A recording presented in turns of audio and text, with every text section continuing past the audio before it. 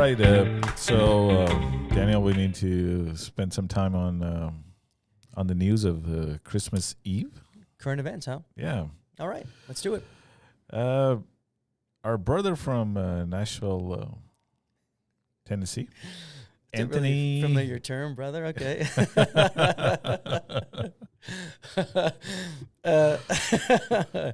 We're not condoning, by the way, anything that's No, we're not. We're actually we're not brothers. Yeah. So Anthony Quinn Warner, right? The Nashville bomber. Nashville bomber. Yeah. He's accused of bombing Nashville downtown. Right. With his RV. So a car bomb. Car bomb, yeah. Mm-hmm. Which is a trademark for the people that usually we don't talk about. Right. Yeah. So he learned well. Yeah, he's copying other people's trade here. And he did die in the explosion, right? Yeah, he did. As far as we know. Yeah. He said that Nashville will never forget him. Yeah, they certainly won't. No, I mean, he sure has written his name in the history books, that's for sure. So, details of the story, right? He has an RV. He's making bombs in the RV. Actually, his girlfriend had called in 2019. We continue to learn more about the Christmas Day bombing in Nashville, Tennessee. A police report obtained by the Tennessean newspaper reveals that the girlfriend of the alleged bomber, Anthony Warner, told police more than a year ago that he was making bombs in his RV. That's the same vehicle that exploded outside an AT&T facility last week, injuring 3 people and causing destruction across several blocks in downtown Nashville, as well as communication outages across the area. After she made the report in August 2019, police officers visited the alleged bomber's home, but he did not answer the door. They saw the RV parked behind the house, but it was behind a fence, and they couldn't see inside. Police also noticed several security cameras on the property and an alarm with wires attached at the front door. Officers then sent their report to the FBI to check their databases, and no results turned up. In a statement, Nashville police said, quote, "At no time was there any evidence of a crime detected and no additional action was taken. No additional information came to the department's or the FBI's attention after August 2019. Now, I have to say, as a brown-skinned Muslim following this story, I have so many things to say. For a start, black and brown people, and Muslims in particular, don't get visited by the police when we're suspected of making secret bombs. We get our homes raided, we get detained, we get interrogated, we get demonized and smeared in the press. And when a Muslim is believed to have blown himself up and hurt people in the process, it's a suicide bombing, a suicide attack. It's not a mysterious motorhome blast, as Reuters rather quaintly described the Nashville attack. Brown bombers are almost always terrorists until proven otherwise. A white bomber is a loner, a recluse, mentally ill. Now, to be clear, we don't know yet what Anthony Quinn Warner's motivations were. NBC News reporting today that he may have believed in conspiracy theories about lizard people and 5G networks. What we do know, though, is that as a white man, a white Christian, Anthony Quinn Warner gets a benefit of the doubt, has a certain privilege, shall we say, that people who look like me and with names like mine never get. Mm-hmm. And informed Nashville police that he was making bombs in the backyard, in his RV in the backyard. Okay. And so Nashville police takes the report down and forwards it to FBI. And FBI checks it out. You know, they obviously this guy has no record, so nothing comes back as a threat or any issues, any alarms, as they say. And they had no probable cause to search his RV? No, because since he had no record, they had no reason to go in the backyard because backyard was fenced in. And according to the Constitution, you cannot just walk into somebody's house or even in the backyard when it's fenced in. It is interesting that if someone accuses you of committing a crime, which is, building bombs is a crime, right? Yeah. That's not enough? Obviously, when FBI checked this guy out, his picture must have come up And Was there anything in particular about his picture that? and they looked at his picture and they gave extra thoughts. He didn't look like Osama bin Laden. No, he didn't look brown or he didn't look dark. So I mean, he came back as very light colored person. Came back as very innocent. Yeah. Yeah, that makes sense. I can't tell, but he may even have blue eyes. Who knows? Look at that. So, Yeah, got a lot going for him. Yeah. Okay, so they did what they could. Yeah, right? I mean, so they looked at his picture and they said, well, obviously this guy doesn't look like a bomber. Even though we have people like that in the previous years. Was his name Unabomber? And Timothy McVeigh. Timothy McVeigh was a white guy. Those are outliers. I mean, you know. I mean, yeah, there are certainly some precedents have been set for that. yeah. But you know, who knows? You know, you don't want to speculate, right? You can't go into his yard. No, I mean, FBI is a law enforcement agency, and they don't want to break any laws, especially for when it comes to certain segment of the population. Sure. Remember back in the when they used to spy on Martin Luther King Jr. for wanting equality for black people. You know, Well, just saying. I mean, obviously they didn't deserve them. Yeah, obviously not. So when they're motivated, they can definitely do a little extra. Yeah. So they said they didn't have probable cause to go in the backyard. Right. So that was the reason given, and they said they knocked on his door and he didn't answer the door. Okay. Obviously, he didn't want to talk to the police. Obviously, I mean, because he was doing things that he didn't want them to find out. That obviously, so could get him put in jail. So he builds the bombs. He drives his RV to downtown Nashville. Yes. Parks it. Where does he park it?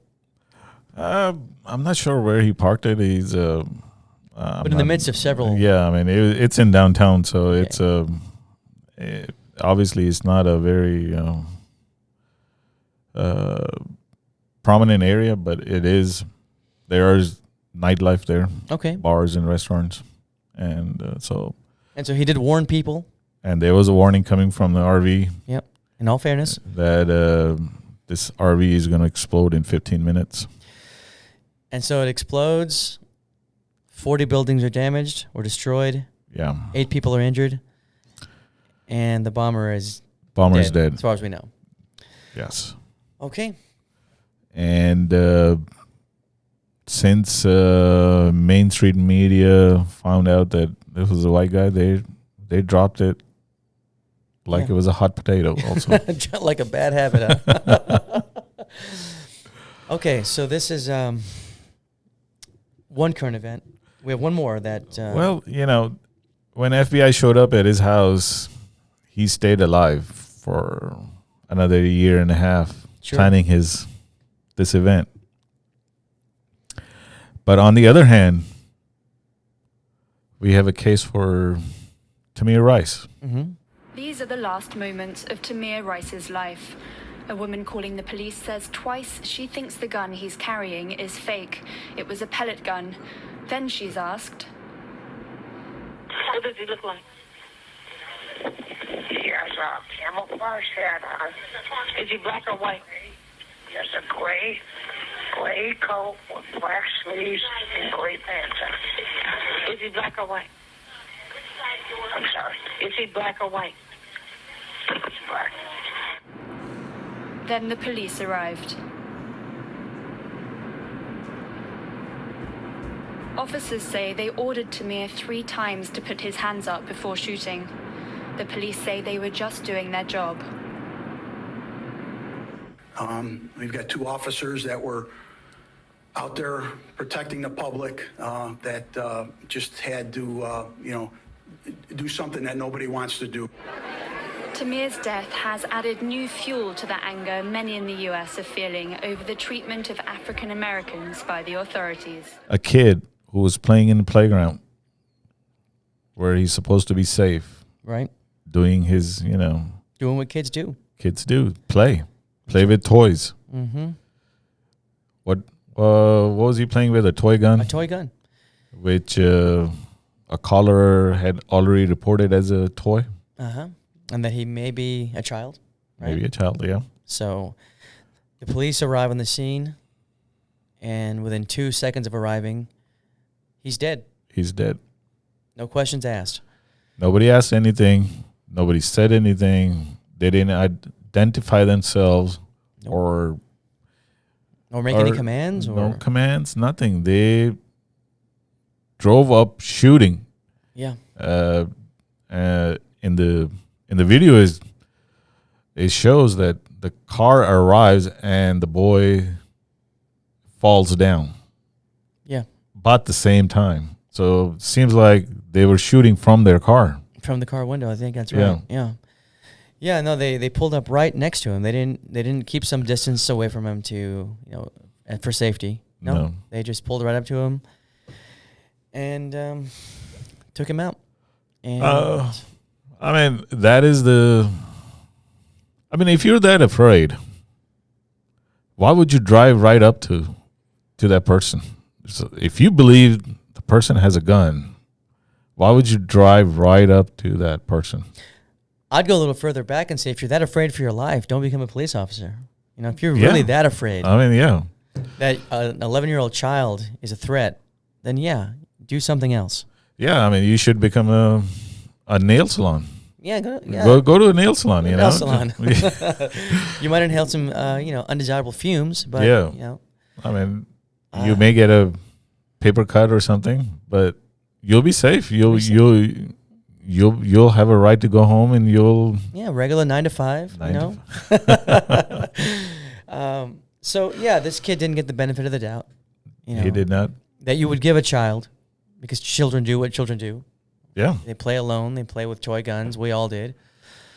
And so there are no charges being filed, or what was the story? So after, and this happened in 2014. So all this time, a bunch of different agencies have already investigated, and these police officers have never been charged or anything.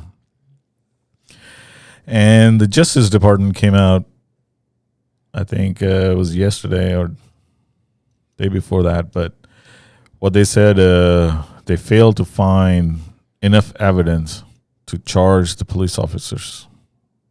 Because video footage just isn't enough these days.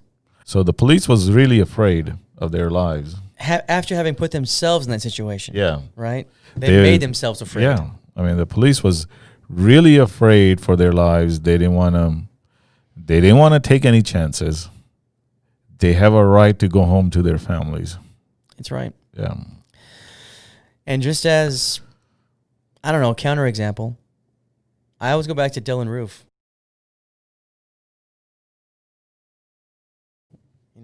Kills 9 people in a church? Is that what it was? 9 people?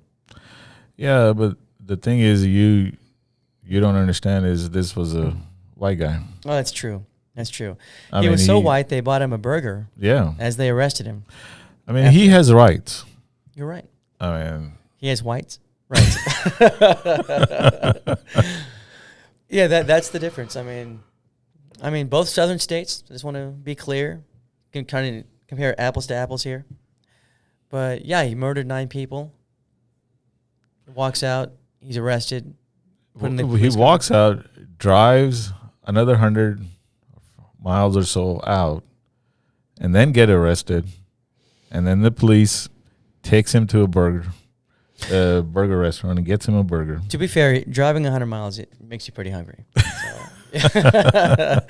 They're looking after his well-being. Yeah, obviously, but it's just a different application of the law, and when you see these things, it's so unequal. What are we led to believe? That we're not all equal under the law, right? That's what you think. It's what else can you think? That some lives are worth more than others. Obviously, they are. Yeah. We know from here right now. It shows there's a clear difference right here. There are 2 examples we just gave in this segment. I mean, the bomber and Dylann Roof. That's right. And if the bomber had chosen to, he could have killed a lot of people. Yeah. Maybe it was on a whim that he didn't. I have no idea, but potentially it could have been catastrophic. But I mean, I don't know what was his ideology. No. We're still trying to find out his motives. Obviously, he didn't want to kill people. Sure. I think his beef was with a certain company, and he believed they were trying to take over some sort of there was a conspiracy theory or something. There was something, there was 5G. There was something going on. Well, why am I not surprised, right? Yeah, so okay. It's there, but I mean, but these are the two incidents. The clear difference. You can say that there is a two-tier different justice system here. Yeah, that's right.